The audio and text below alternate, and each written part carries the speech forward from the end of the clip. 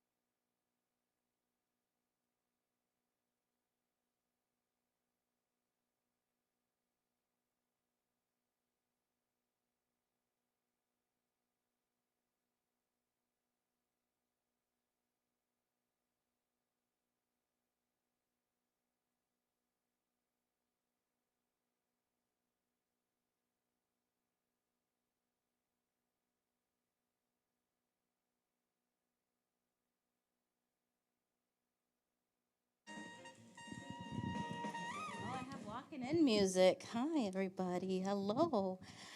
Oh, welcome to LitCon 2026, Era of Us. Clap. Yeah. Hi. For those watching us live, welcome to our coffee shop vibes and to the speakers of tonight. Thank you for being here. Thank you for trusting us with your words, with your stories, and with your basically life experience that you're going to be sharing tonight on this stage. For our guests, for our audience members, thank you for being here and for sharing in this experience and moment. It means a lot to have somebody to listen to your words and to your story, so thank you. Era of Us is really truly having a moment to take a pause and reflect on who we are as people in the world that's been created for us and find a space for voice. And that's what you guys did, so thank you. In today's LitCon 2026, which is the 9th year of doing LitCon, woo! Hearing students' voices, their words and stories. I want to really, really thank the team that made this all possible. To my back, I have Lindsay Barfield, our program specialist for SAUSD Arts. I have Wendy Turk, our operations. I have Elbin Kapuli, who's our social media and storyteller. I have Ian Fowles, who's our stage manager. Woot woot. Sabrina Rojas, who is our cookie and hostess extraordinaire. Yeah, cookies! And I have our incredible communications team who is running live, who is helping support with our screens, who's also documenting. And without further ado, we also have our judges. Woot woot. I'll introduce them in a second. Marcus will introduce them in a second. But I get the lovely privilege to introduce Marcus Omari, who's been working with Santa Ana Unified School District for quite some time, going into classrooms and helping students not just find their voices. You've always had them. It's to bring them out. And Marcus does that with such honor and joy and energy to make sure that you guys are ready for this moment and what's to come. So, without further ado, Marcus Omari, come on down.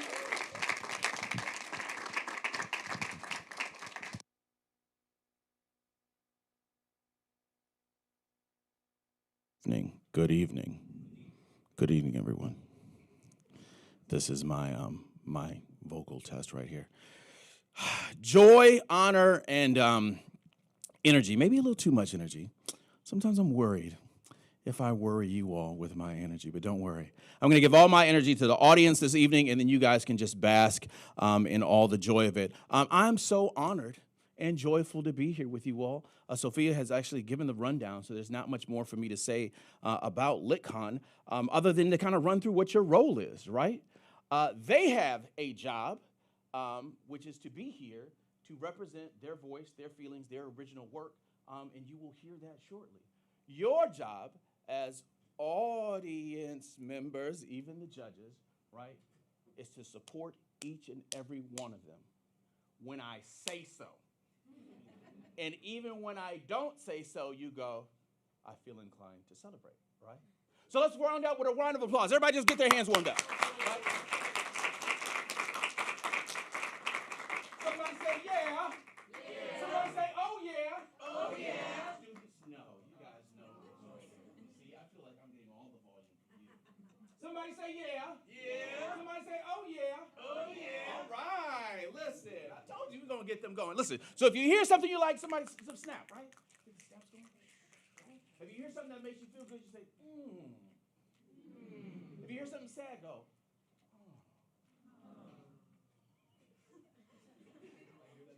If you hear something funny, you go, ha, ha, ha. Exactly. Listen, because a fake laugh leads to a real laugh. And I'm actually really laughing at myself, right? What I don't want, right, is anyone to come up here and not feel seen and heard, right? You are all here to represent or support one person, right, that you came with, but surprise, you're here to support and celebrate each and every one of them, regardless who's walking out of here with hardware, because as I've said before,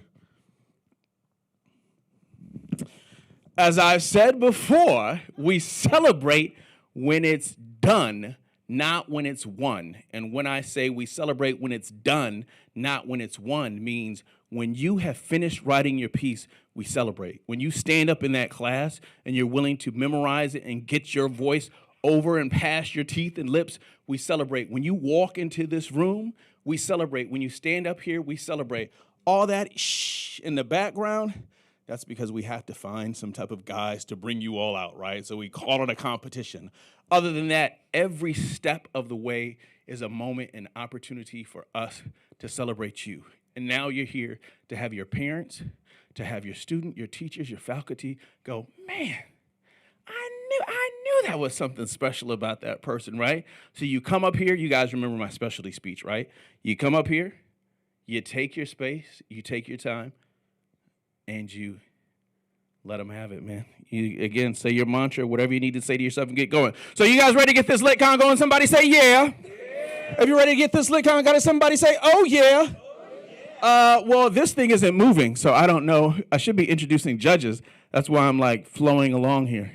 There we go. I was like, I'm just speaking. So let me introduce you to our honored judges. And when we call them judges, that's what we have to call them. But other than that, I want you to recognize that each and every one of these people share the community with you, right? So our first judge is Alexis. Alexis is a poet and an educator from Santa Ana, California. Proud son of Mexican immigrants, his work explores the intersections of cultural memory, language, generational trauma, and healing. He is the author of the chapbook, Corazon Coleced. Did I get it right?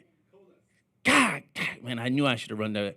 So close. Published through Battle Cut Press. His work has appeared in Flower Song Press, Moontide, Black Fox Literary. Oh, this guy's published all over. Let me move, right? Fullerton Museum Center and the Huntington Beach Art Center. When he's not writing, he's teaching in a dual language classroom, believing in the power of language in all forms. He is also last year's champion of art therapy competition we had in the community in Alkia. Round of applause for Alexis.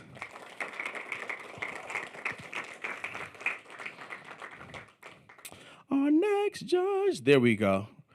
This special person, coming back, returning judge from last year. Round of applause for Lizeth. Lizette's a Mexican-American teaching artist and poet. She holds an MFA from San Francisco State University and writes about the frustration of language barriers, learned barriers, and anxieties of living, loving, birthing, and grieving in the Mexican body in the United States. Lizeth is the poetry editor at Angel City Review. When not writing, she is helping make the publishing space more accessible. Her work has been published in literary magazines and anthologies across the United States, including Acentos Review, Stone Coast Review, and in the Carencia Press Anthology. Round of applause, Lizeth. Rounding it out. Coming all the way from the IE, representing it is David Judah Oliver, also known as the one and only Judah One, an acclaimed poet, educator, and inaugural Poet Laureate of Pomona. Yes, he kicked it off out there. A former member of the Los Angeles Slam team and coach of the nationally ranked team, he is the founder of Lion-Like Mind State Poetry and Art Center. Judah has taught poetry from kindergarten through university classrooms, including the prison education programs. He currently serves as the Pomona Arts and Culture Commission and is artist in residence at Cal Poly Pomona. He also runs an outstanding poetry festival that happens each May out in the IE. So if we have any poets in the room that want to get down on the mic, you can holler them after that. And I believe all three of you are published in one shape, shape, or form? Okay, perfect. And you can holler them about their books after that. One more round of applause for our judges. I'm just following the flow of this right here. All right. And here we go. Let me get our microphone set. It is... I'm gonna get you. I know everybody ain't 6'2" like me. No, I'm lying. We're gonna start with poetry. The first poet coming to the microphone. Do your job and do it well. Round of applause for Victoria.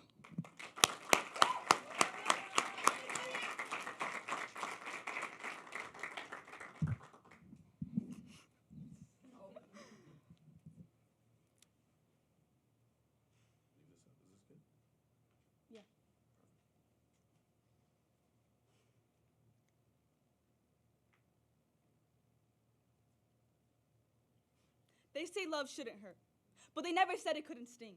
That the pain doesn't bleed, it echoes.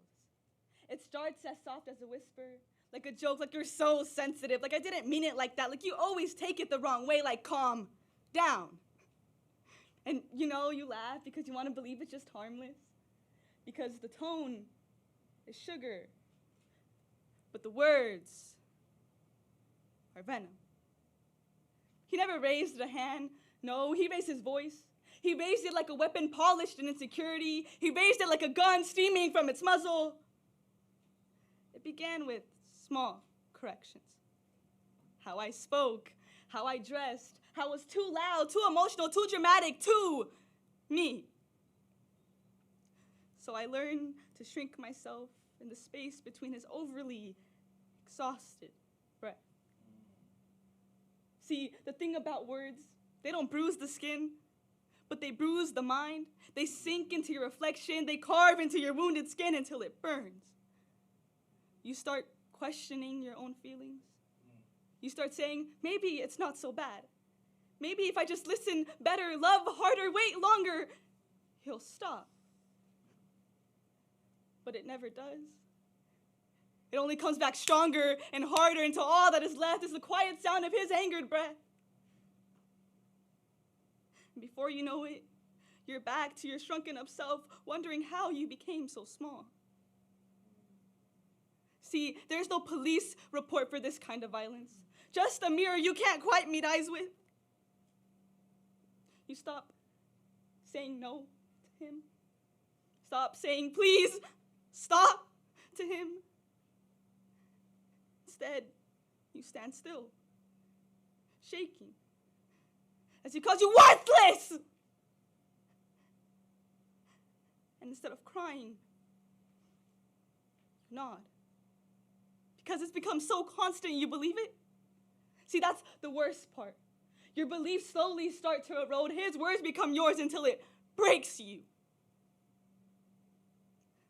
But somewhere in your static mind, there is a faint whisper. This isn't love. This isn't you. And if you listen, and I mean really listen,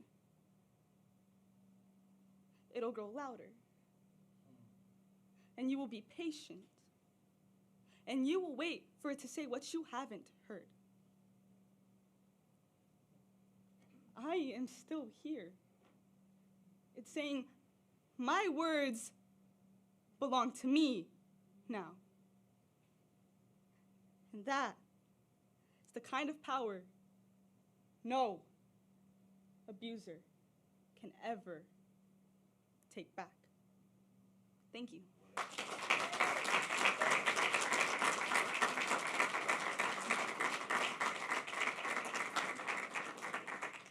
Round of applause for Victoria. Can we get a little bit more volume on this microphone? Just a little bit. I don't know if someone's in the back room. Perfect. Thank you. Just a little bit more pick me up. There we go. Whoo. Somebody say, whoo. It's going to be like that all night. It's going to be like that all night. Like I said, when you laugh, you laugh. When you cry, you cry. When you feel something, make some noise, right? My judges are used to it, so I know they're going to be and clapping and snapping all night. Follow their lead, and we're going to run through. Listen. Thank you so much, Victoria. Our next poet could not be here this evening. Somebody say, aw. But he sent a video. Somebody say, yay.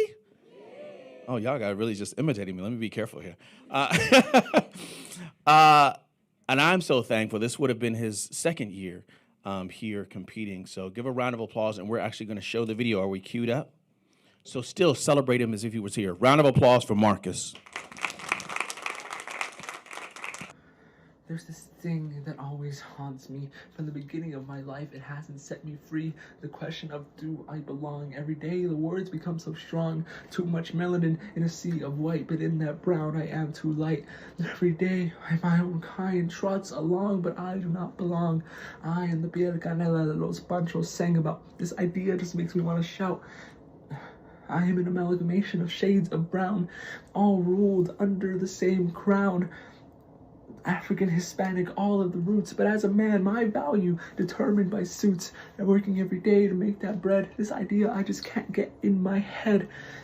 All the other boys, they trot along, but I do not belong.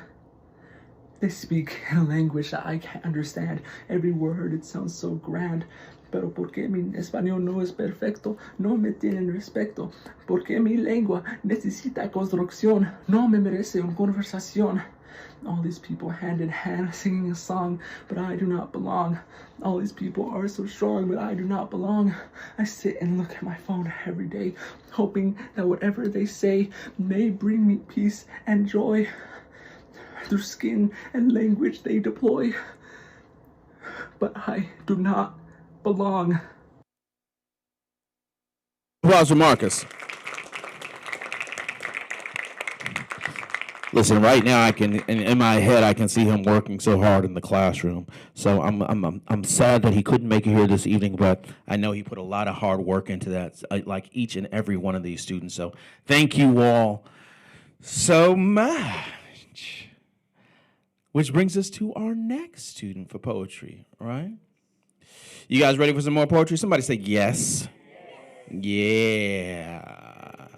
The next student coming up here, another returning competitor. Joyful, always brings a smile to my face. Round of applause for Leslie.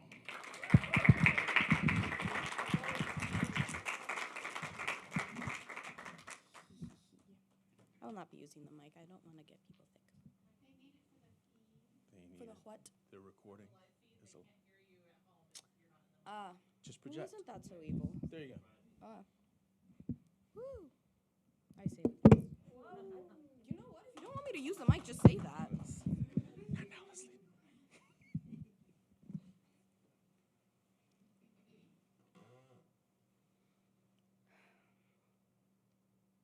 They called it the Promised Land.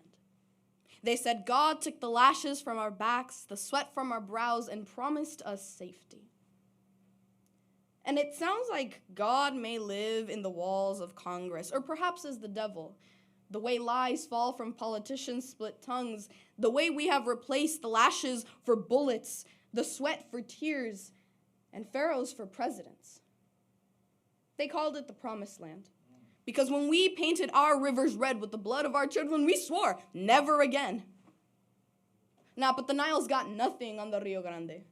Mothers and children separated at the border. You know, the first plague was really the scream of a mother being torn from her baby. We swore, never again. And I wonder, damn, if God is all seeing, maybe he has a sixth sense of humor. Because why else would you put the guards in tactical gear? Replace the carriages for unmarked vans and put us in a first-name basis with our fear.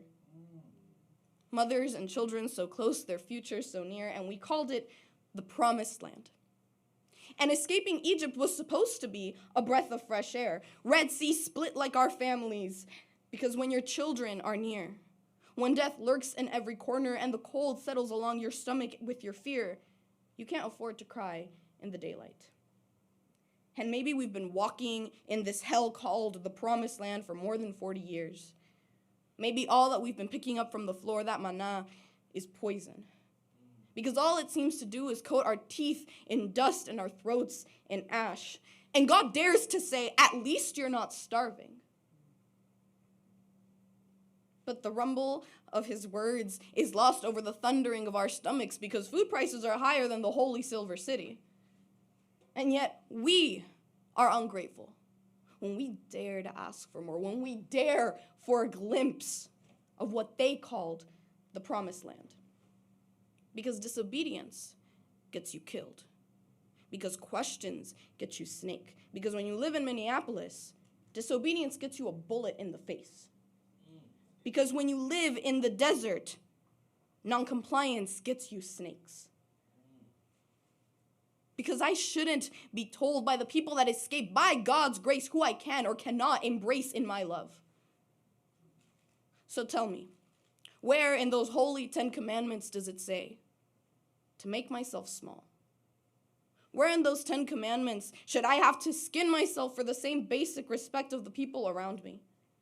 Where in those 10 commandments does it say, thou shalt rip families apart, thou shalt be cruel, thou shalt hate? Maybe the Promised Land was a dream. Maybe that Promised Land was a dream we've all had to be asleep to believe. Maybe all we have to do is endure. Maybe that Promised Land isn't so much a promise as it is a threat to endure. It's the threat of a lash on our back again. Because we live in a promised land where children learning their ABCs live with the threat of a barrel of a gun. Because we live in a place where mothers mourn their children. Because we live in a place in which I cannot be safe. So the next time anyone dares to ask me how much I love living in this forsaken land, I will not tell you of the miracles performed by a holy man. I will not tell you of the food that fell from the sky. In fact, I will pray. I will pray that you can understand me despite the tears in my eyes and the dust in my throat. Because I am screaming, I am begging you to understand that the thing that fell from the skies wasn't the promise of a holy land. Because I refuse to believe that any God who is said to be so loving could make such a wonderful promise and break it. Thank you.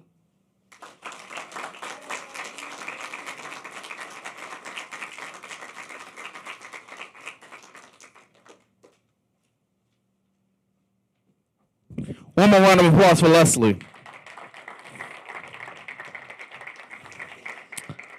Oh, yeah. You guys hear me over there making noise? Listen, let it out, right? Everybody take a deep breath. Let it out. Whew. Get a fake laugh in there too, right? Exactly, right? I gotta reset the room. I gotta reset my eye too. Sorry about that. Got caught up. Which you all should too, right? I want to encourage and invite you all to get caught up, right? Allow yourself to settle in and enjoy the language of poetry, right? It's going to be vibrant. It's going to be colorful. It's going to be metaphorical. It's going to take you on trips to do a lot of different things. If you're sitting here trying to guard against the emotions, then you're not taking it all in. So that's my encouragement. That's my welcome. Also, I was reminded over there to make sure you guys all have your phones on silent, right? No surprises. We haven't had any surprises thus far this night, but just that quick reminder. And coming to our last poet in the poetry round. As an hold on, I haven't done my job. I'm trying to celebrate you.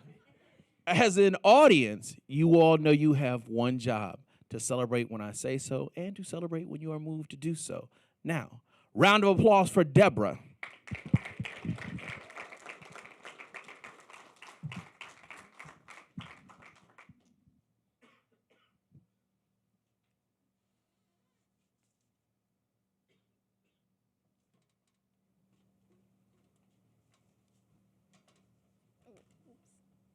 Yeah, like that. Thank you.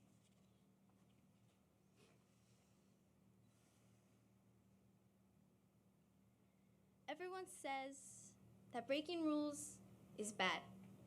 I would say those people are kind of mad. Society nowadays is focused on what's perfect and precise. But what happened to those who didn't care what was right? My mama says my hair is choppy, my bangs are short, that I look silly and should change my clothes. She wants me to follow these rules so I can be seen as real. And like a brick wall, those ideals never seem to break. And a wounded 16-year-old is what's left after trying to let her escape. But Rebel Girl is the name that I get. She doesn't realize I like my colorful eyes or my funky nails. She only knows what's clean and neat. Sometimes I break her rules by being a little messy or seeming out of order, like with trinkets here and there and color everywhere, playing rock so loud it pours out of my room. See, because society nowadays follows a certain order, but I like being myself. Breaking these rules has allowed me to be the fun person I want to be, despite of what people think of me. But a rebel is what some might see. Sometimes to be free means to break the rules a little. I look at people with colored hair and bright makeup because they seem like birds on a beach, flying up, up, up with no care of who to be. Confidence soaring through the sky, but a rebel is what some might see. While a hairstyle, clothes, or makeup doesn't define a person, it creates self-identity and sets our mind free. Helps us strive who we really want to be. Holding memories as tight as a fist, like having toys intended for little kids. But breaking that rule is for the inner, younger me. Preserving all she has of this wave of maturity. A higher education is what parents desire. They want us to become lawyers or doctors to not struggle, but the real struggle is not fulfilling my dreams. Because a baker is what I truly want to be. Sweet like frosting would it be to make that my reality. Reality. The state of things as they actually are. It is what adults and others say to hold us back. Everyone has their own thoughts and desires, but in a box our creativity is kept with no way to let it aspire. These rules keeps out hopes and wishes, an attempt to make a world with perfect looks, ideals, and certain positions, because us human beings try to be the best we can possibly be. But for me, a true human being is one who is true to their self-being. As it sets us apart, soaring up, up, up, like the free birds we should be. By breaking these rules little by little, we achieve who we truly let ourselves be. And so maybe now, the rebel girl can be free. Thank you.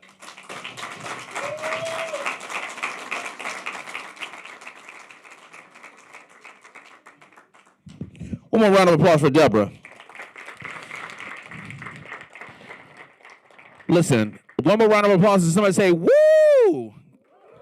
There we go. That's for our poetry people. Absolutely amazing. Thank you so much, each and every one. I'm emotional over there. I'm for different reasons. One, I'm tuning in to the piece, but these aren't my kids. But at the same time, because I see them in the classroom and now see them, in the spotlight, it's emotional for me, man.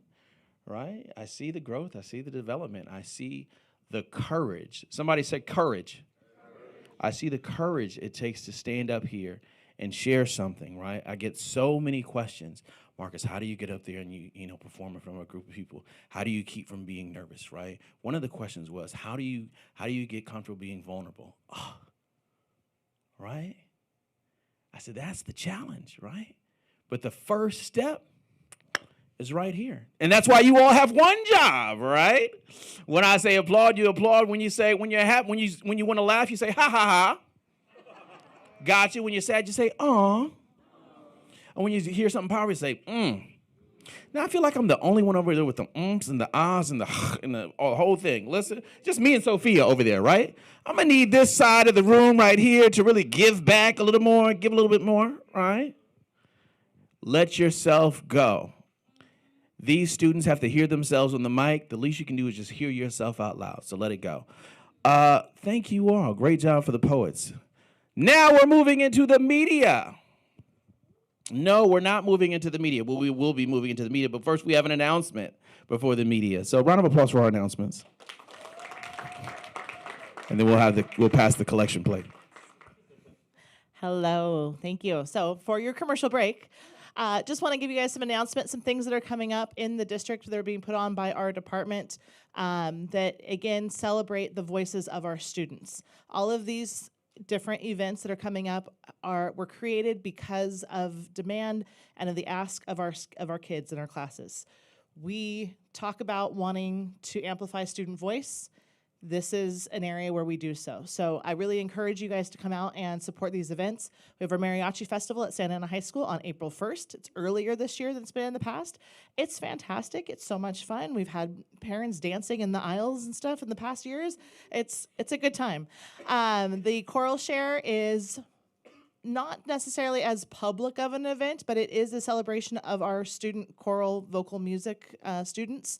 And they come together from the high school level and the middle school levels, and they come together and they share their craft, and it's a beautiful event. And that is at Segerstrom High School on April 15th. And then my personal favorite, it's like our own little Coachella here in Santa Ana, is Concert of the Century, and that's at Century High School on May 7th. And that is an opportunity for all of our groups that don't fit into one of the traditional varieties to come together. A lot of modern rock. We've had some Spanish rock. We've had some more jazz band type things that do like pop hits and things like that. But there's just a lot of different music variety. That's a lot of fun. Again, People bring chairs, they bring blankets to put out on the outdoor amphitheater and have food and just hang out and enjoy the music and just kind of vibe together, and it's a good time. So hope you guys come out and join us for those events, and we'll be talking about some other events coming up as we go through the evening. So thank you guys, and continue on with the amazing work. So proud of what you guys are doing because it tells us that there is hope in this future generation. So thank you. There is hope. Somebody say hope. Let's get that collection plate moved around so we can take up some, for each one of our students, raise money for them all. No, listen. There'll be more announcements coming on. One thing that we want to let you know is where you can support not only the artists in the room, other places and events that the district is doing, but also our judges have things in the community, which is why, again, an additive, why I curate the judges that I do. They're all tied to community events that the students, the parents, and anyone else, if you'd like outside of this room to go further in terms of your literature, your prose, your poetry, your media, there'll be opportunities for that, all right? Somebody say yeah. Moving forward into media. So media is a little different, right? They put all their pieces together. They did the videoing, they did the scoring, all the Oscar talk. This is all of them. So they won't be up here performing, but we'll give each one of them an opportunity after we show their media to get up here and at least just introduce themselves. And if they want to say something about the piece, they can. But I'll direct you either to the left or to the right. Wonderful.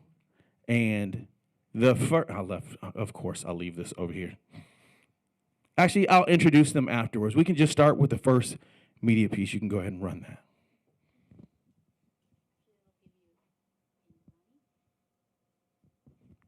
Perfect. And there, that's the screen I was waiting for. Indavani, Valerie, and JDL. Round of applause.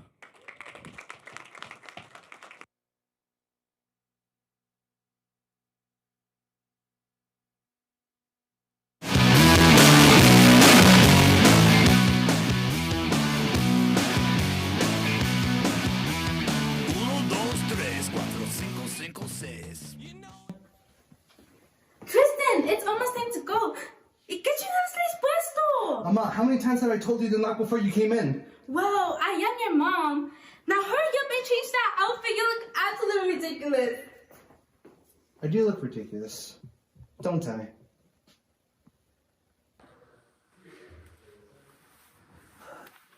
This doesn't feel right. I look like a... You look like a performative guy. No, he doesn't. Why are you lying? Are you sure? I feel like I look like a matcha-loving guy.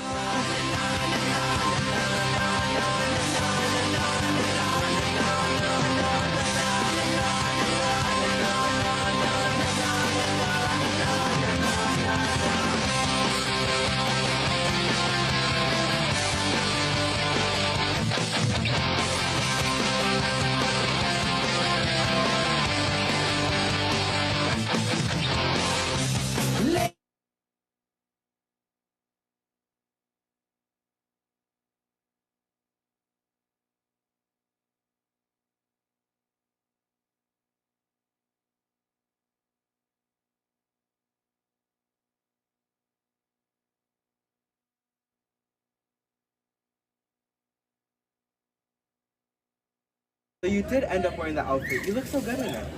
I like the way I look. I'm afraid people are gonna judge me. Who cares about what others think? You're right, but don't you remember what Heather said last time?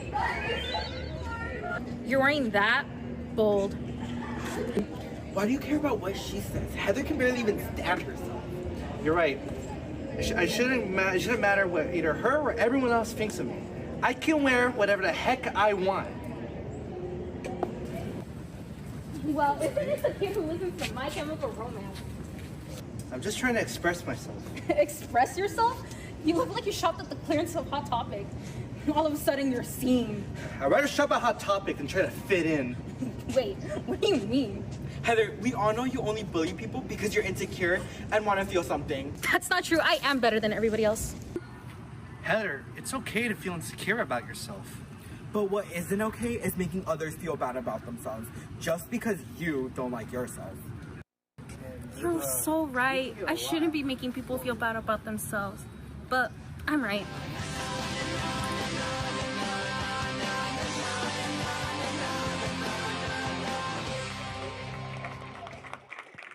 Give a round of applause for our students. I want to invite them up, right, to introduce yourselves. Round of applause, round of applause, round of applause. And the Oscar goes to... I'm just going to hand the mic to you. You can just announce your name. And if there's anything you want to say about the piece, you can, or you can leave it at that. Hi, my name is Jadiel Aviluz. Hi, I'm Devana Gonzalez. I'm Valerie Tapia. And our film was about you. How people in schools and even citizens outside of Santa Ana feel. How they feel like they have to wear like the trends that are happening right now. The jeans, the hoodie, everybody wears it.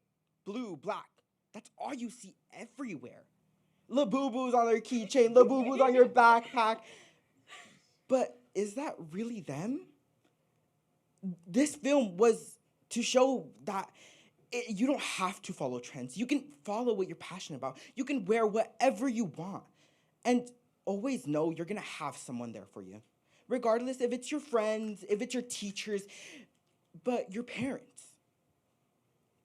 Sometimes they can be a little different on your trends or your style, but it's not always like that. I just came here to say, follow what you like, dress how you want to, without being scared of bullying.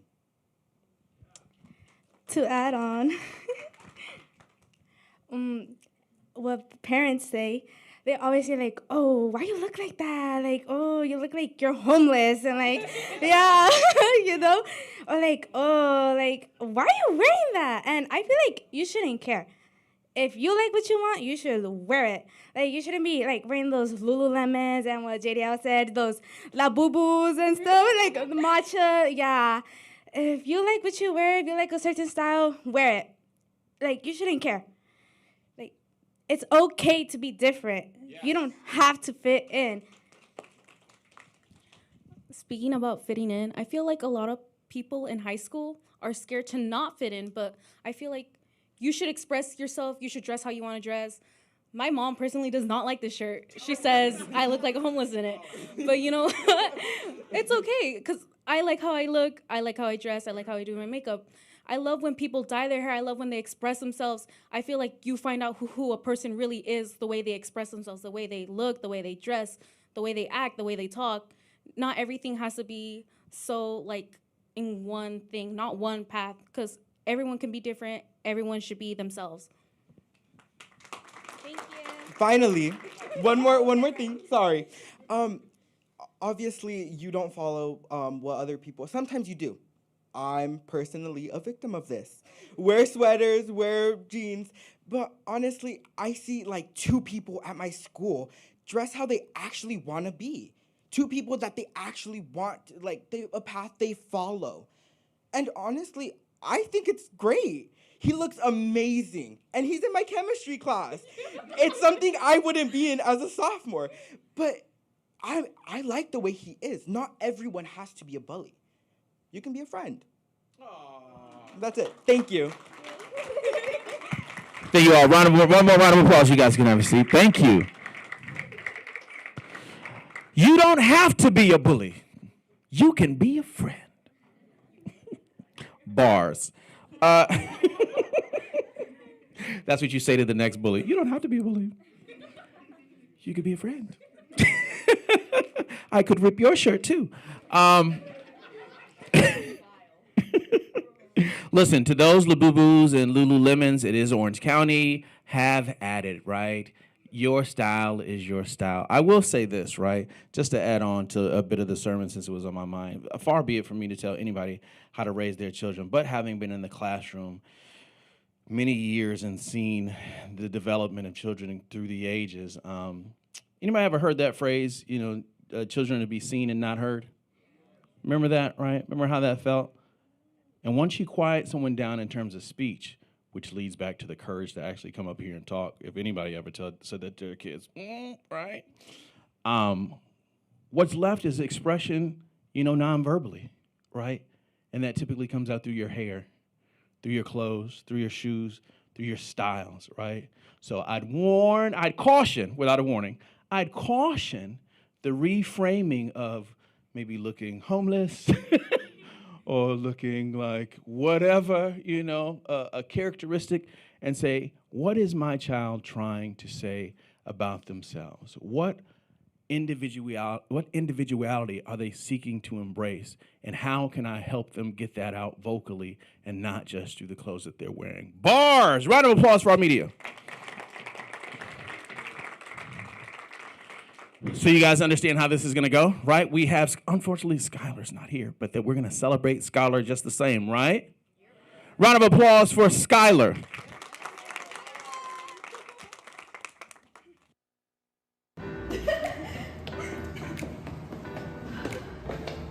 Dude, did you see Lily's new dress? Yeah, it's cute. Ugly. I mean, I kind of like the... No, it's ugly. Yeah, I guess you're right. It is kind of ugly. Dude, who the heck does he think he is since bumped into me like that? Auntie, I knew LaQuisha since we were kids. I'm sure he didn't mean anything for... Dude, he did that on purpose. He's so annoying. No, he didn't. Stop being rude, Auntie. No, he's annoying. I mean, I guess he's been a bit annoying lately. Exactly. Dude, look. Where? On Mason's water bottle. He has a little boo-boo. I know, right? I wish I had one. Dude, just steal it if you want it that bad. Tardy boat, TTYL. XOXO. Kisses!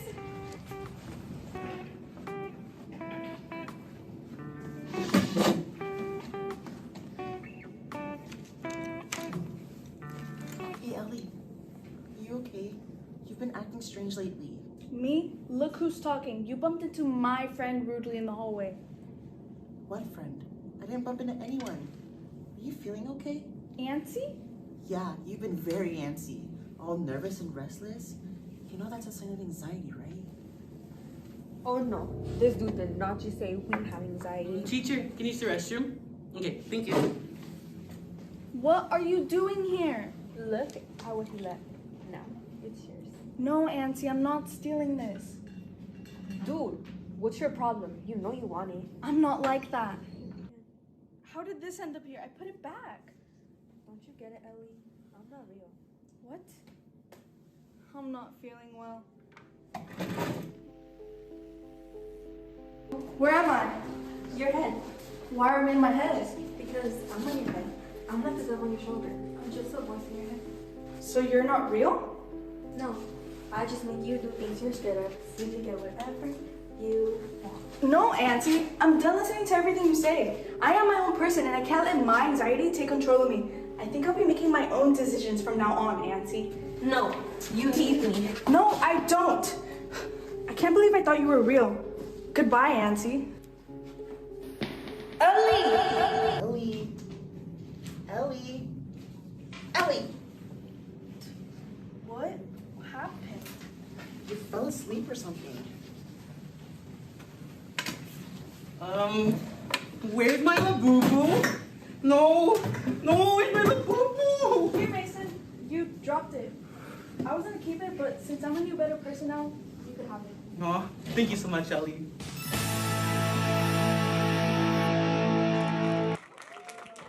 Round of applause for Skylar. Dude.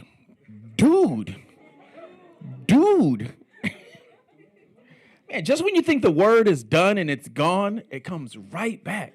I said, dude's back like that? Strong? Yeah, man, y'all brought dude right back. I thought we were done with that. All right, dude. Listen, nice little twist, huh? You thought it was real? No, it was all in your mind. Listen, it's the whole time I'm watching it, I'm flashing back without aging myself to be like, damn, man, we did not have that type of technology when I was in high school. No way to have that type of thing, man. You guys are doing amazing things in terms of media, and I'm so proud and excited to see everything that you're doing. I do see the future filmmakers, the future screenwriters, the future editors, the future costume designers in front of us, leading us to our next media submission. Round of applause. Celebrate them. Round of applause for Madeline.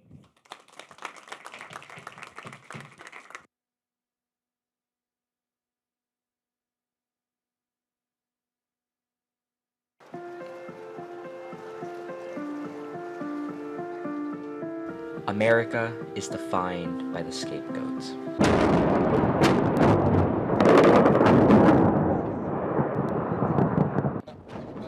There's always been an outgroup in society, concocted to support the folly of pride, the high of superiority, the tribal euphoria of subjugating the inferior, created for those who stay stuck at the bottom of society, created by those who wish to distract the masses. For most of history, society has chosen its other based upon the color of their skin, the slave, the immigrant, the refugee. But today, a new kind of minority has fallen within the crosshairs of those in power, and those are people like me. Christ is king! Christ is king! They say it's a parental right that children of that age don't have the same privacy rights we do. If something like that happens, a big behavioral change, they believe parents should be notified. They want LAUSD to adopt a policy similar to what other school districts have. That would It's a horrifying. This hate and derision towards us as a group has become interwoven into politics and the public psyche. In fact, we've developed a new term for it: identity politics. Under the Trump administration, we will... Like those of the past, society has developed a stereotype for us. For those who don't conform. For those who don't fit within. For those who are different. And so, it's in times like this, when the seats of power crave the eradication of our rights, demand our every movement be traced, and ostracize us in society, that we use our ever-quieting voices, ones which are rapidly dwindling, to fight for our future. It's in times like this, before these voices are subdued, while still engulfed in the flames of hate, that we maintain who we are, with incessant vocality and unremitting pride, because our existence is resistance. It's in times like this, when we are forced to move, when we have our healthcare made illegal, when we lie on the cusp of erasure, that we must advocate for our lives, for the lives of those who cannot speak for themselves, and for those who fought so hard to bring us to this point. Thank you. Give it up, round of applause for Madeline. Somebody say existence is resistance. Madeline, did you want to come up and say anything? No? Well, listen, we celebrate each and every one of our students. So round of applause one more time for Madeline. Man, that is, that's a focus story on ABC, NBC, CBS for those who are still watching CBS. Or independently on YouTube. And I think the future of this generation really is breaking out of all those kind of corporate boxes and really finding channels and avenues to express your own story and get your message out to the world. So we thank you all.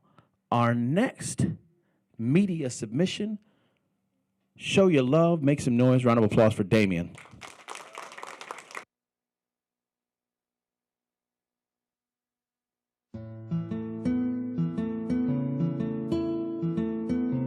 He's very quiet. He leaves for school, quiet, comes back, and it's quiet. There's not much else to it. Me, I think it's because of respect. Whether he acknowledges it or not, there's a degree of respect he has for us. I might tell him to clean the bathroom, and I can see the hesitation on his face. It bothers him, but he stays silent. I can appreciate that, the respect he carries for us, even if that respect shows itself through silence. Keeping the peace, that's what I strive for. Sure, it might be avoidant, but it works. Respect? I mean, of course I respect my parents. I'm just not this stoic, indifferent soldier that they might think I am. I mean, I'll do the chores they tell me to, wash the dishes, sweep, mop, that kind of thing. But I mean, I'm not a robot. I guess what I'm trying to say is, I mean, that's not all. I also do other things. I have hobbies, interests, you know? Damien has a strong personality, that's for sure. Is he crazy loud? Not particularly, but I will say that guy's got passion. He could talk on and on about what he thinks about X event or Y situation. I will say though, he's pretty polite about it. Not once interject or butt in when someone else is speaking. Damien makes his words count in a way. He'll patiently wait to get his words in about something he cares about, and when he does, he'll make sure his stance is known. He's pretty vocal in that way. It is currently 1:18 in the morning. I tried to record a video and CapCut was really just said no. It said no storage. So, yeah, I'm changing the script last minute because I kind of feel like it and it feels on theme with the video anyways. So if you're hearing this, I'm in the bathroom hiding because I didn't want anyone to see this.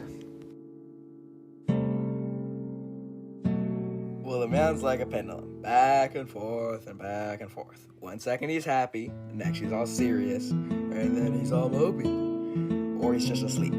He's a wild card, especially after he gets home from school. Just like the other day, he ran into the room asking me for help with some English project. It was boring, and he roped me into it. Something about narrating a light convention. My point is, he's a bit of a mystery to me. The light convention? What the? Oh, my God. Okay, whatever. I find it pretty funny that he says I'm a mystery to him, when he probably sees the most accurate me that there is. All those sides of me, the quieter one, the strong-voiced one, the loud, obnoxious one, those aren't necessarily lies, they're just not the whole me. I think he's probably the closest to seeing me as, well, me, and not some constructed personality that he's made up for me to fit into.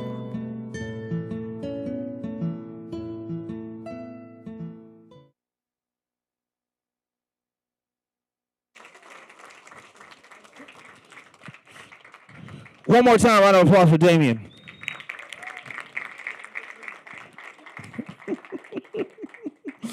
Listen, I have so much to say just to celebrate you all. Damien, did you want to say anything?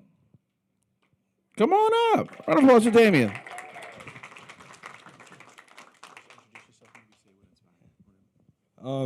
I'm Damien. This piece, I don't know, it started with this prompt because like we were supposed to pick one in our English class, and then everyone picked the one that I wanted to pick. And I was like, oh, well, I guess I'll pick another one then. And so I started with that one, and it got me thinking like how a lot of different people see like a lot of different like sides of me or like ways I act, you know? And because like I'll act different with my parents or who are right here who came to support me. And with like my friends or my brother, you know? And even right now, like this is the LitCon me, you know? This is the regular me, you know? But yeah. And so this piece was kind of just, I mean, a way to show that. Obviously, it's definitely not perfect. That whole part in the middle, it was the night before the assignment was due in Miss Pruden's class, and CapCut was just like, you're out of storage, actually. And so I had to improv a whole little mini part. But yeah, it was just meant to like show, you know, the different, I guess, ways I'll behave or aspects of me as a person. So yeah.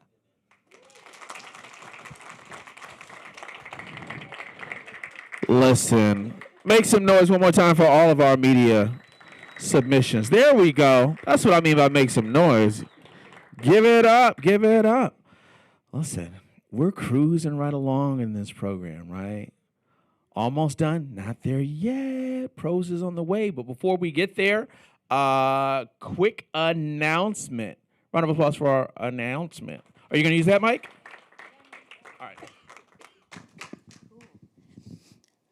All right, ladies and gentlemen, what I love about everything that I've just seen, and I'm probably going to start tearing up, even though Marcus makes fun of me when I'm over there crying. I know, rude, right? I will. He doesn't know it yet.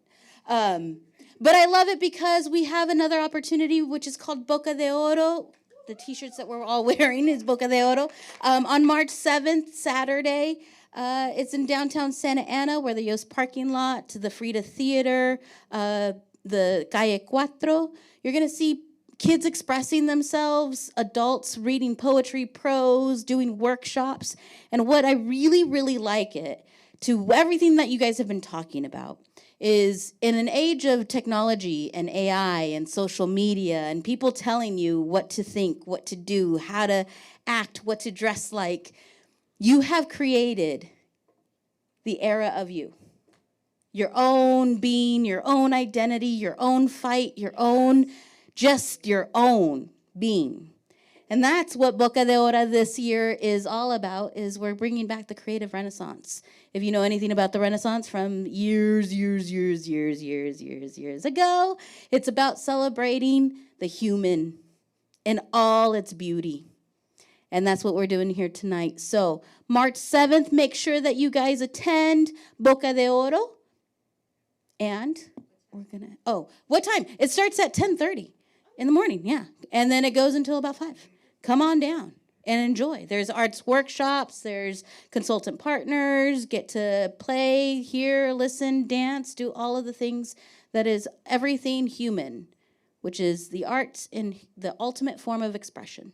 Okay, cool, everybody. Let's hear it. Let's round of applause. I'm not as big as Marcus. Well, it's not easy, is it? It's not easy, is it? It's not easy. Oh my gosh. All right, let me get this set up. To the students, give yourselves a round of applause. Some of y'all know, good and well, you non-students. To the students, give yourselves a round of applause. To our audience members here to support the students, give them a round of applause. Man, this event takes so much, we put so much into it, and then it goes so quickly the night of, right?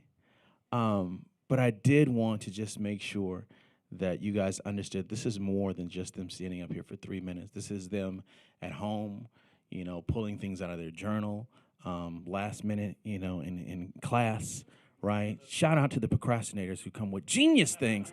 I was like, give me the 11th hour. Just wait for the 11th hour. That's what I'm waiting for, right? Sometimes that's when it comes, right? But again, as I'm standing out here watching it, I know all the work that goes into it when they're at home, staring in the mirror, staring in the walls, warming up their voices, reciting, memorizing, writing some more, annotating their work, adding in gestures and all those good things. And I want you to know that I see it. I see it and I see you all, and that's why we're here to celebrate you. So rounding it off for this year's LitCon, we're going to go to Prose. Round of applause for Catherine.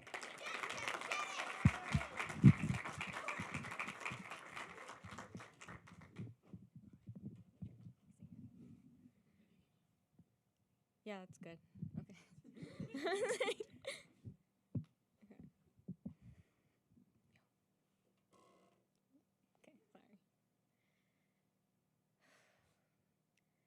This piece is called Account Not Found. I recently found my dad's Instagram.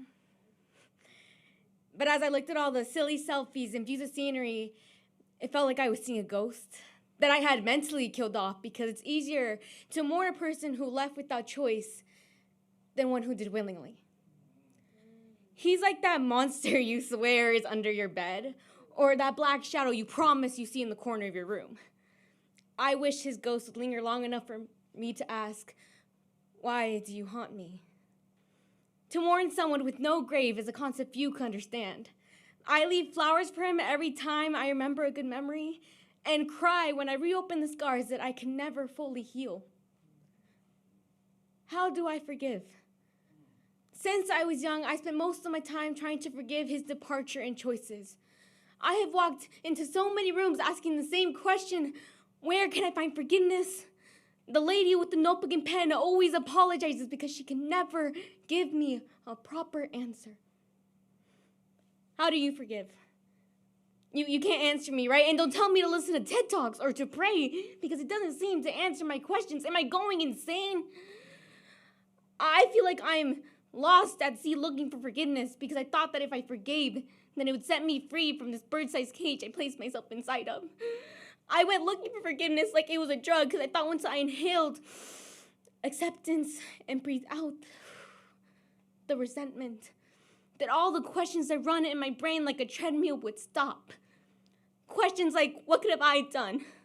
Was it my fault? How could he do this? But the question I wondered the most was how could he forgive himself? As I looked at these pictures of this happy man with smile lines greater than canyons, I can only ask, how could he be so happy? And why can't I click off this page? These questions repeat in my head like a chorus of a song. I thought that as I would get older, that forgiveness would come naturally. You see, before you forgive, someone has to offer an apology as a sign of regret. To forgive someone who may not feel sorry is a lesson I'm still trying to understand. Still questioning if I want to master it. I have read so many articles on forgiveness, and it never gives me a proper answer. Why can nobody find the solution?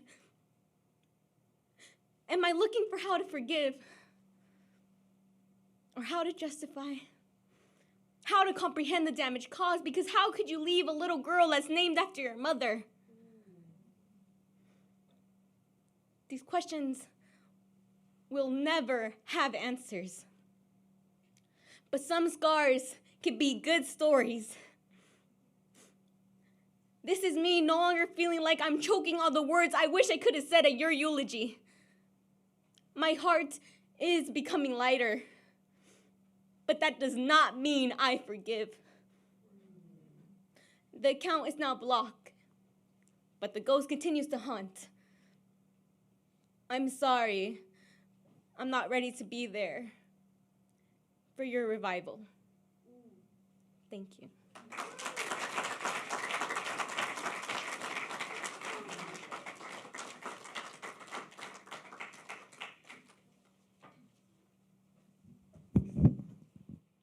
Everybody take a deep breath. Let it out, say, whew. More than a TED Talk. Little something more than a TED Talk. I forgot to warn you, right? The students know that poetry is going to be poppy, it's going to be vibrant, it's going to be colorful. The prose is when we slow it down a little bit. It's going to be storytelling. So again, my reminder to you is settle in, man. Enjoy the stories, absorb the emotions, and give the feedback as you feel it. Thank you so much. And moving into our next student, sharing. Remember your job, audience, to celebrate them. Round of applause for Evelyn. Woo!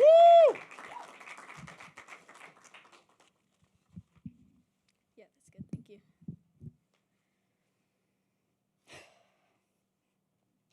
Two very different places and one person. A rehearsal studio where I'm allowed to make mistakes and repeat pieces over and over again. A place where I'm imperfect, but true, is what I call home.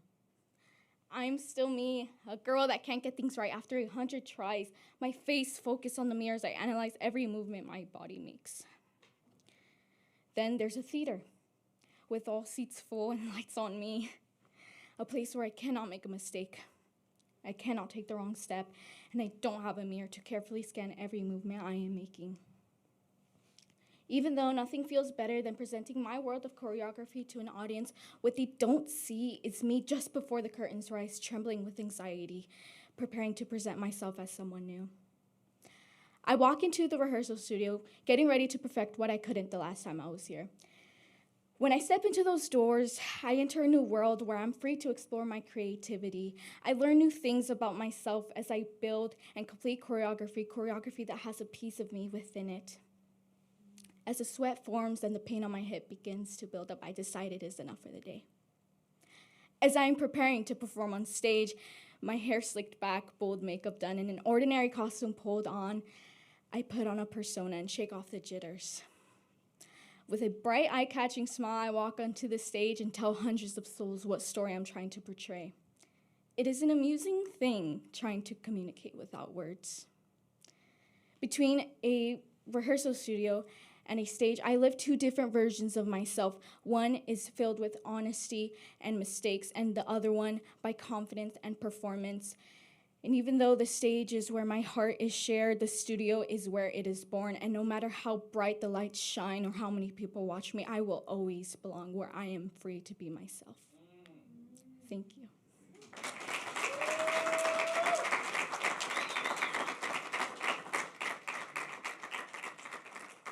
for Evelyn. One more time. Make some noise for Evelyn. Oh, man. Again, in my mind, I see their faces in the classroom and the shock and awe when I go in there and I'm like, all right, this is what we're going to do. In 45 minutes, you're all going to be superstars. Just follow me, right? And the truth is, there's only so much I can do in 45 minutes, right? And I think Sophia tipped it earlier, which is, I can't make you into a superstar. I can't give you something that you don't already have. What I can do is show you where the crack in the door is and kick that bad boy wide open and say, all this right here, this is all you. All I need you to do is step in. I'm going to show you how to work the mic. I'm going to show you how to work your voice. I'm going to show you how to settle in, and then you tell your story. So round of applause one more time for all the courageous stories. And our next storyteller, give it up for Aaliyah.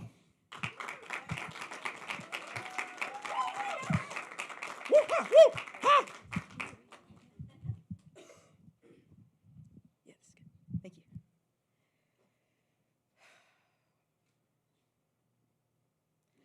Hair, clothes, attitude, being yourself. The price of being in a family with 4 kids and a single mother is to be acceptable and to make one person proud. The beauty of all the pain caused within yourself just to meet their standards. You see, I always had this vision for myself as a kid, a vision where I would always make my mom proud, to be the acceptable daughter. Honors, APs, ASB, avid sports instruments, being college ready. At the age of 11, I started questioning myself, am I really being myself or am I just a marionette performing? Am I living my life the way I want to live it? After questioning myself, I started to change.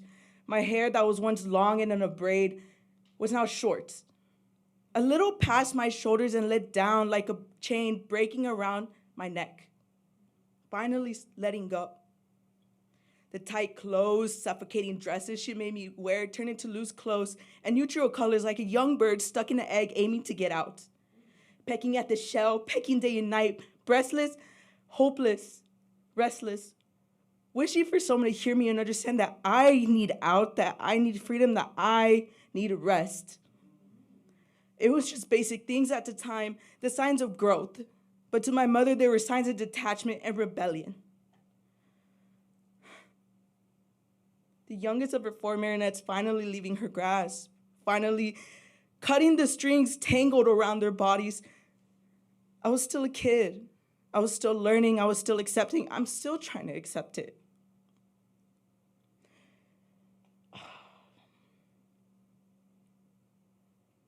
Year after year, the question still lingers.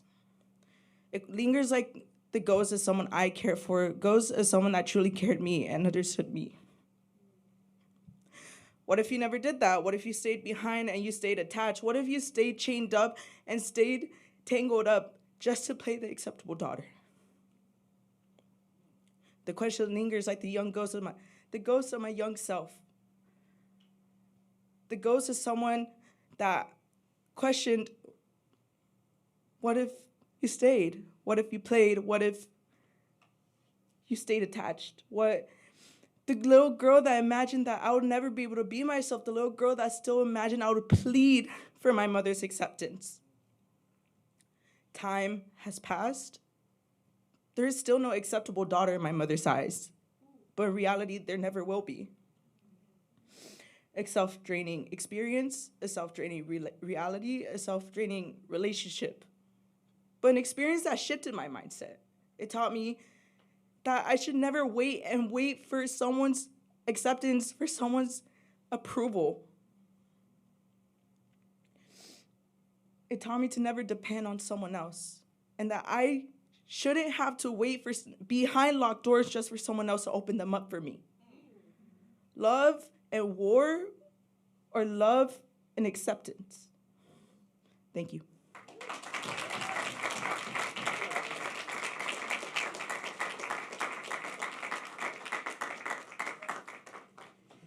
Well, it is definitely more than a TED Talk. Round of applause for Aaliyah.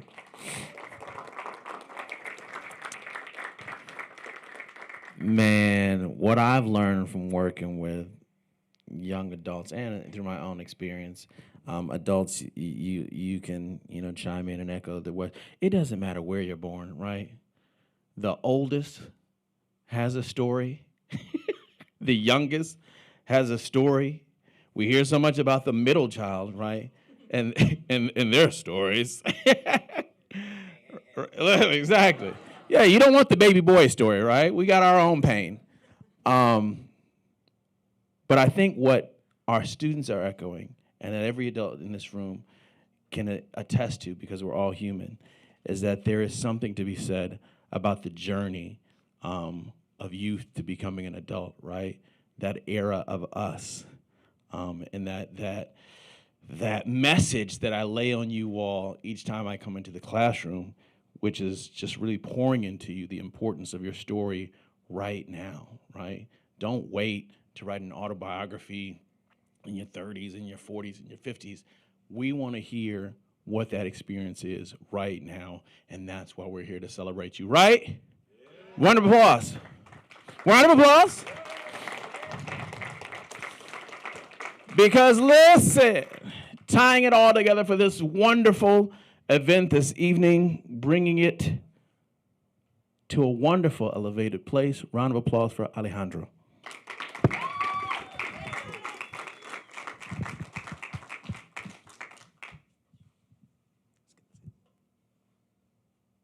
Hello everyone, my name is Alejandro and my piece is called East of Reading. How hard is it to put down the phone? Too hard apparently. My mom went into my room periodically saying, "Ya dejas el teléfono." So, one courageous day when I was feeling feisty, I did, and I picked up the literary classic, A Diary of a Wimpy Kid. At the time, I had my hands full with limitless leisure, nothing urgent to do, no lead smudging classes to attend, so I was stranded reading my dust-covered, spine-broken kiddie books that I grew out of, but just never threw away. I began reading at night until my eyes gave out and the book slid onto my chest. English was my weakest subject then, and honestly still, but reading fascinated me. I began reading with these frequencies, sometimes going on short hour-long sprints, sometimes evening-long marathons. Nick Carraway taught me that there are 4 types of people in this world. There are those who are pursued, those who are pursuing, the tired, and the busy. And this stuck with me, because in a world where most are being chased by their fears or slumped by their responsibilities or are enslaved by the chores, reading is like walking to the lighthouse that cuts through the blinding sea of fog of idle distractions that only siphons my time. It lets me see past the odysseys of life and step into a world of blissful Narnia. This comforting unease is a freshly baked blanket that hugs me unconditionally, an escape from the noise. These hastily adhered pieces of paper that we all tend to call books help me unwind before bed. And studies have proven that reading makes you smarter, but I still don't know the difference between affect and effect. Lane, laid, lay, and lie. Either the research is faulty or I'm an outlier. Beyond grammar, reading has allowed me to slow down and refine my perspective, getting sharpened like a sword page by page. This mental muscle hypertrophies through writing and flexes when simply speaking. I can still brag to my friends that have read Dostoevsky and Tolstoy, which obviously makes me better. Reading is how I block the mini balls that are fired by endless American history assignments. The unyielding cover of my book turns into a shield that deflects these blows.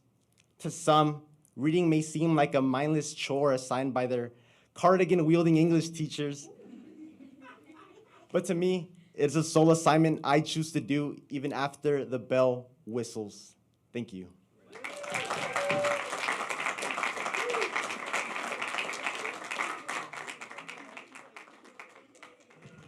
All right, everybody, you got one job. Make noise for the poetry. Make noise for the media. Make noise for the prose.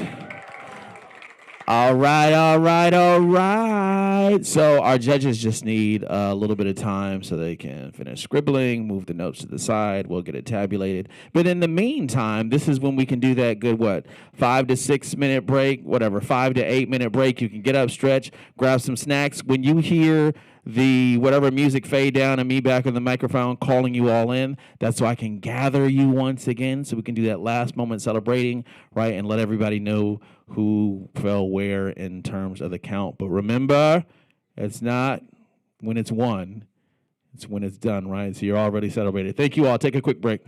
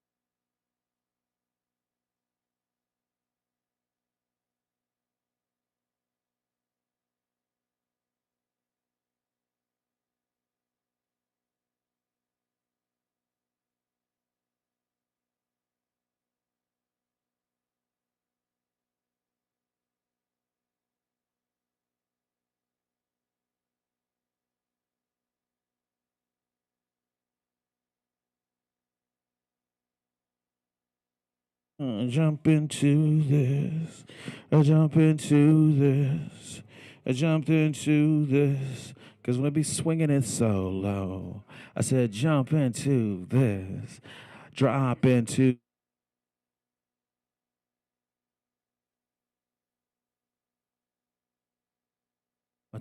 Can I rap though? No, no stereotypes. No. Oh! Jazz.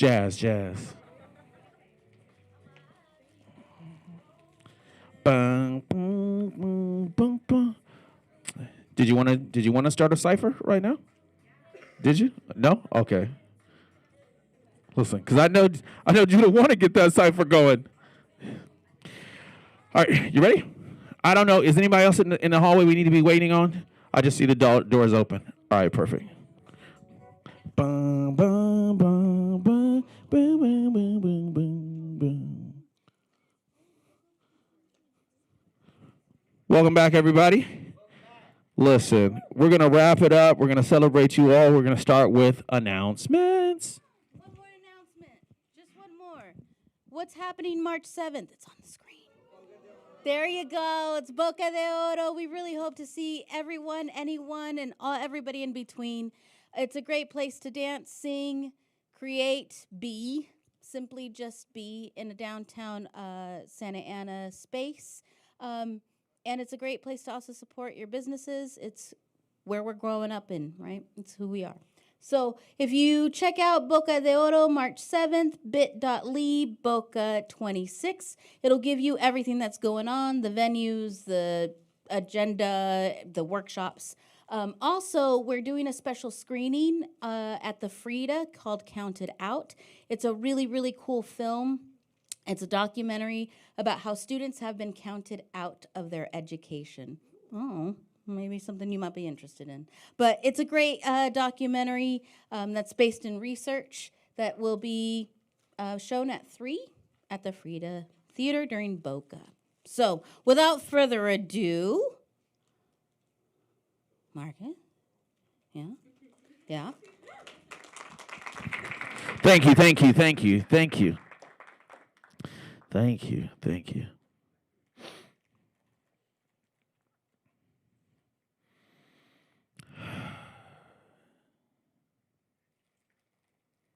We would ask all those. I'm not going to go into my poem. No.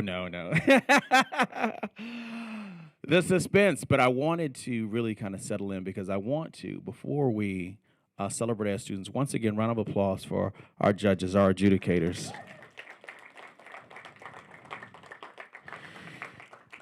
I wanted to give them some time, again, just to emphasize that, again, they're not judges, they're members of your community. These are writers, these are editors, these are publishers, these are producers.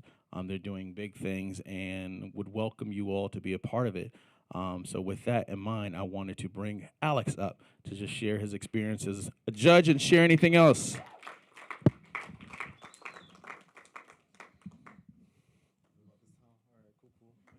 We're both 6 foot, 6'3", you know what I'm saying? All right. Hi, everybody. Hola a todos, ¿cómo estamos? ¿Qué hubo de todo bien? Very good. As mentioned earlier, yes, I am a dual language immersion teacher. I teach Spanish to 4th graders, 10 years old. 4th grade is the best grade. That's right. I'm sorry, y'all. I'm sorry. What's crazy is, again, I'm a product of Santa Ana Unified School District. I graduated here. I went to VIA. I went to Century, And when I saw Heaney, right? Is that her name, Heaney? Oh, hi there. Oh, my gosh, you're here. I was in her classroom. I earned that B. That's right. I did. That's right. I'm going to tell you how long ago I graduated. But yes, I earned that B. Anyway, I just feel like it's so amazing. Again, don't think of us as judges. We're literally just, if anything, peers, mentors, if anything. We're here to help you out and seeing the future of poetry, of prose, of writing. In Orange County, where I grew up, where my parents, my family came here, it makes you tear up. Like, I really am super proud, and most of all, you should be proud of yourselves. Round of applause for yourselves. Yeah, that's awesome. So with that said, I'm just going to read a piece from my chapbook, Corazón Coles. I do have a full-length manuscript coming out soon. Just to show you again, I am not like y'all. I'm impressed. I cannot memorize these pieces. You're amazing. Yeah, no, I need this thing, actually. I need this. Thank you. Yes, I do need this. Marcus knows that I need to look at something that isn't faces. I'm like, oh. But anyway, I don't know, I'm just amazed. Thank you again for having me here, and I want to share this piece with y'all, titled Tiger Stripes. And tiger stripes are what I call like my stretch marks, right? And like growing up, especially at the age of 11, I believe, was it Aaliyah mentioned the age of 11? Aaliyah, right? You mentioned that, yeah, and that's the age too, where you start growing physically, again, mentally as well. So let me just tell you about my experience with tiger stripes. I earned them when I was 11. I first noticed them in the bathroom mirror as I was unfurling layers of clothing before setting foot in the shower. Fissures climbed my shoulders and faults crowded in my belly. They only dug deeper and stretched out as the tremors of time passed by. The shades of brown engulfing my torso wavered. I inherited skin, the color of Zihuatanejo white sand to eroded Guanajuato soil. It was uneven colors on my skin that irked me most, or the idea that even if I didn't work in the fields, this tan owned me. No nopal needed in the frente, because the borders wrapped my arms, thighs, nape. An imposter from birth. Pocho or illegal. Either, neither, both. Deported to somewhere between Mexican appeasement and American appetite, between shame and pride, arroz y frijoles and rice and beans. Brown doesn't embrace my entire self, but yo sabo enough to enrage los güeros, pero not enough to satisfy la gente. Despite trying to scrub off the stains all over my skin, bathing in buckets of bleach, using pomadas, probably holding lead, and believing my skin was damaged, I am still all parts. Either, neither, both. I learned, maybe too late, that the human body echoes growth. This body, adorned with perfect imperfections, is bursting at the seams, cracking throughout and pulling apart the earth that is the skin, remaining eager to boast what lies below the surface and beyond all borders. Thank you. Once more, thank you so much. You should be proud of yourselves. You guys are amazing. Thank you so much. Thank you. One more round of applause for Alex. The human body. Let's get this. Do we have a little bit more pickup on this mic? There you go. Yeah, that's a little better. Perfect. The human body echoes growth. Love that, man. And there was a student who said a line earlier about the scars carry stories. I was trying to remember that. I thought that was beautiful as well. Listen, heard so many amazing things, seen so many things in the media. One more round of applause for Lizeth. Did you? Oh! I didn't think Lizeth was like, my voice. Exactly, but she is going to be sharing something. So thank you so much. Hello, everybody. I'm Lizeth de la Luz, and I'm the poetry editor at Angel City Review, which, by the way, we are open for submissions. Submissions at angelcityreview.com.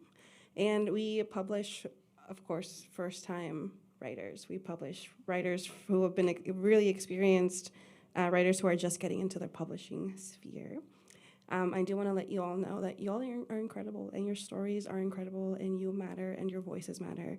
And I am so proud of all of you, everybody here who helped create this and make this space for y'all. And it's also equally as important for y'all to make your own spaces, because that starts now. You don't have to wait till you're in college or until you're after. You can do it now. You can publish now. You can do all your things now, because your voice is important right now. And I'm so proud of y'all. So one again, round of applause for all of y'all. And I wanted to share a very short piece. I am a literary magazine exclusive poet. That is where you'll find my work. This one's called A Mother's Plea. When does the perspective space of me and perception stop hurting? When can I exist without eyes beaming my hands? I've been promised eternal peace after each degree, a CV crafted as long as sleep. Heavy debt as collateral. Tell me what I need to do to keep my family safe. To stop the forced calm in my body, to extinguish nervous tears, to control the anxious breaths as we merely exist in public. When will we stop just being bodies? When can we finish a conversation? When can we ask for directions? When can we make it home? Thank you. And again, congratulations to everybody and all of your work and all of your poetry. Yeah. Thank you so much, Lizette. And bringing us home, right?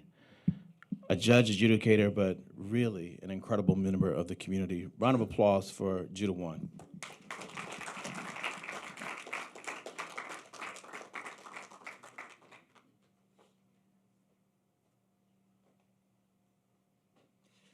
Guys, it was hard to judge you, I'm not gonna lie. The prose was especially hard. Give yourselves a hand of applause, yo. That was really good. It's really good. And I would encourage you all to keep writing, keep creating, keep dreaming, and keep manifesting. I don't know when you started writing or got creative. I started about 7. It's opened a lot of doors.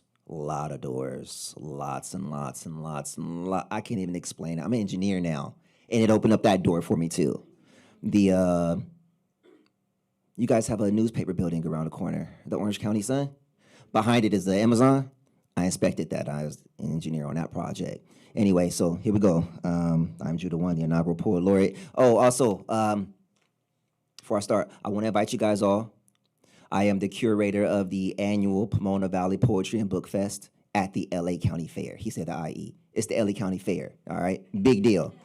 Big deal, all right? Not just that, though. The area that we have, I have our own stage there. I have my own wing of the fair. There's 3 gates. I got 1 gate. We got 1 stage, all right? So I'm inviting you. What that invite means, all right? We have a youth showcase. Last year we had 40 youth as part of it. We had 270 artists overall. We had 40 youth over 12 days. It's $25 for you. You get a ticket. One of your parents gets a ticket. Everybody else got to buy one, all right? It comes with the VIP parking pass, which is right there at a gate. That's $45 itself. The entry is $25 itself. You also get your name on the shirt, you know what I mean, and your own flyer and all that. Please check us out. The youth showcase is going to be May 31st, and you can find that information at lionlikemindState.com. Also, IG, Poetry Fest, LA County Fair, so you can see what we really did. And he said I taught in prison. I did. This poem is called They Boys. This is from 2012. You guys weren't born yet. And, oh, you were? Okay, my bad. Dang, my bad. All right, my bad. You guys like 1 or 2. All right. You guys like 1 or 2. All right. I taught there for a summer. The boys are now published out of prison. We put a book. Here we go. They boys. They play fight and slap box, use foul language, tell mama jokes, get defensive when they go too far. Them boys, they often go too far, trying to prove themselves as men that they aren't yet.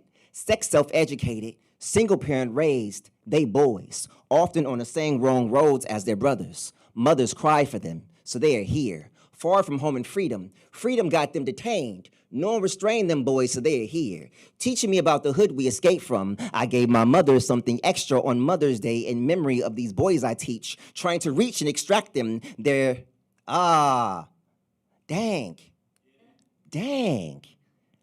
I haven't done that in a minute. Can I start over? Shoot. Now I'm gonna mess up again, watch. They boys. They play fight and slap box, use foul language, tell mama jokes, get defensive when they go too far.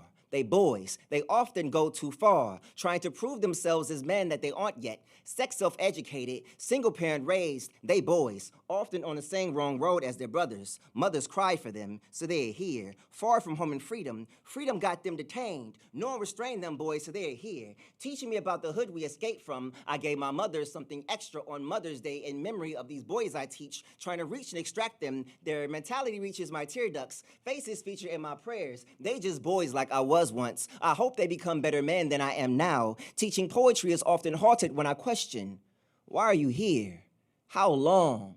How does this feel? Bars can't hold their dreams. I give them paper, teach them to write. Others how to spell simple words. No, girl is spelled with an I, not a U.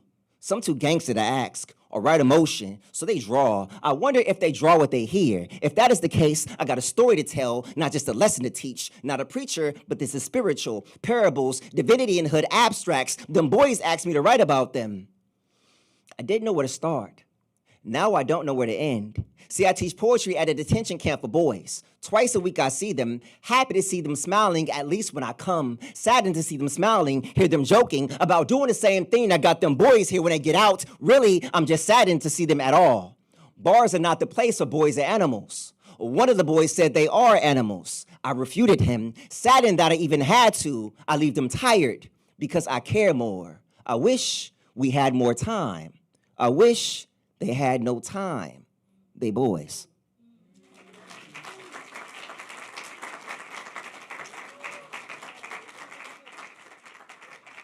One more round of applause for all of our judges. All right, you can, now I need a little bit more pickup on this one. Oh, man.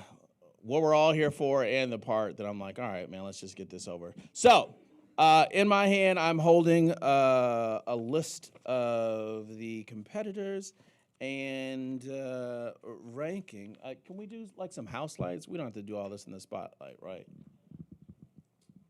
Perfect.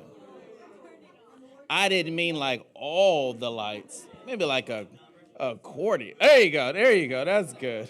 Good. Butter, remember, Sophia, Butterface.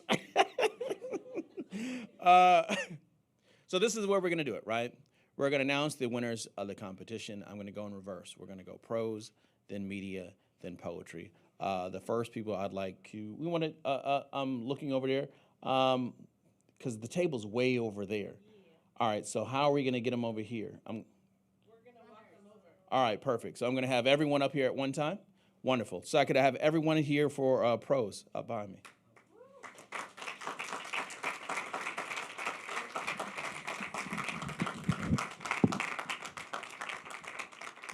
This is also your opportunity to get your cameras out and take pictures. This is, see how I run? This is like photo ops at the same time.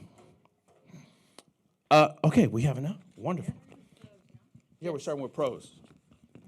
In reverse? In reverse. Okay. Gotcha. I got you. Again, celebrating when it's done, not when it's won. Give them all an amazing round of applause and love. Coming in fourth place in prose, we have Aliyah. Coming in third place for prose, we have Evelyn. Coming in second place for prose, we have Alejandro. And celebrating with her peers, taking the first place, give it up for Catherine. Round of applause for all of our prose competitors. Thank you all. Thank you all. Okay, you have a seat. That's it. That's it. That's soaking it in. Milk it. Do we have medals for media? Perfect. Can we have media up here as well? Man, you got one job, audience. Listen, we're rounding it out. Oh, because it's, ooh, how did we do that? Wendy. Oh, man, we do everything in the world, man. You guys are tying here. Sometimes it is what it is, man. Blame the judges. All right, no fourth place. Coming in third place. That's just one name there. Gotcha. Idivani. JDL. And Valerie, that's right. Gotcha. I was like, oh, we got one name there. Tie for second place with Skylar, who's not here, and Damien. Taking home first place, Madeline. Round of applause. Make some noise for all of our media students. Thank you all. Thank you all.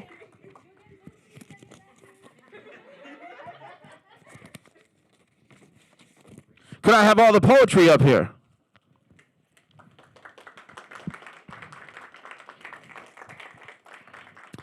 That's it. Oh, that's right, because we're missing someone.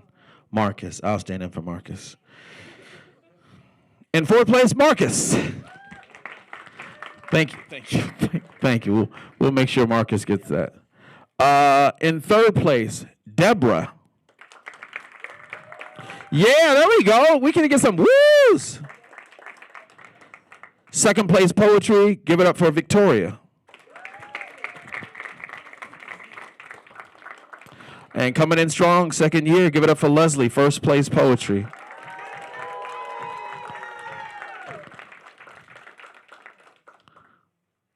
You guys done? Okay, have a seat. Yeah.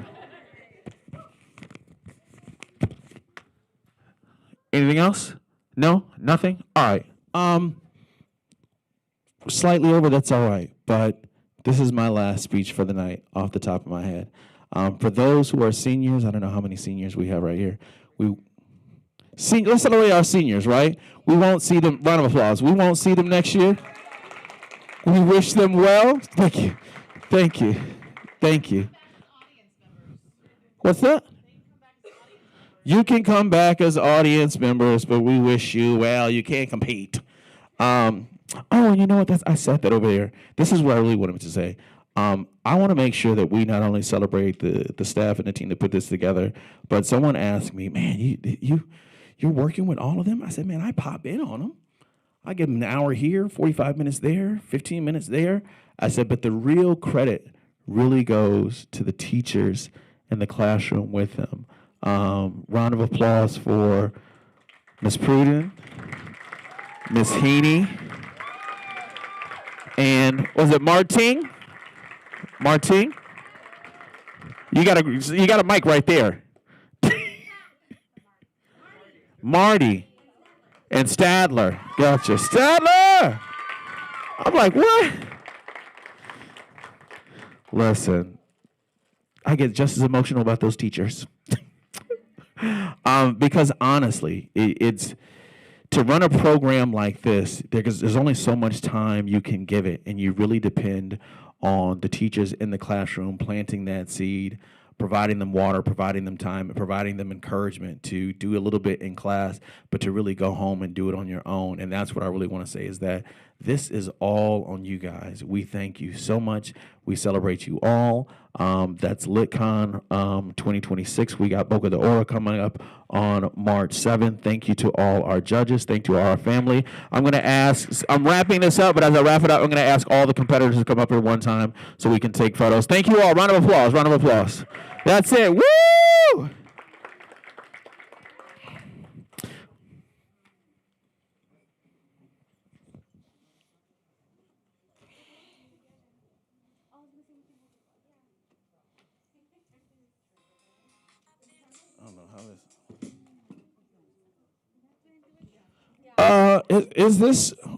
Okay, there. Elvin, do we need to tighten this up some? Do we need something to kind of come in front right here? Can you layer up a little bit? I know no one wants to self-identify as shorter. There we go. There we go. Evelyn, slide in. You can just slide in, that's fine.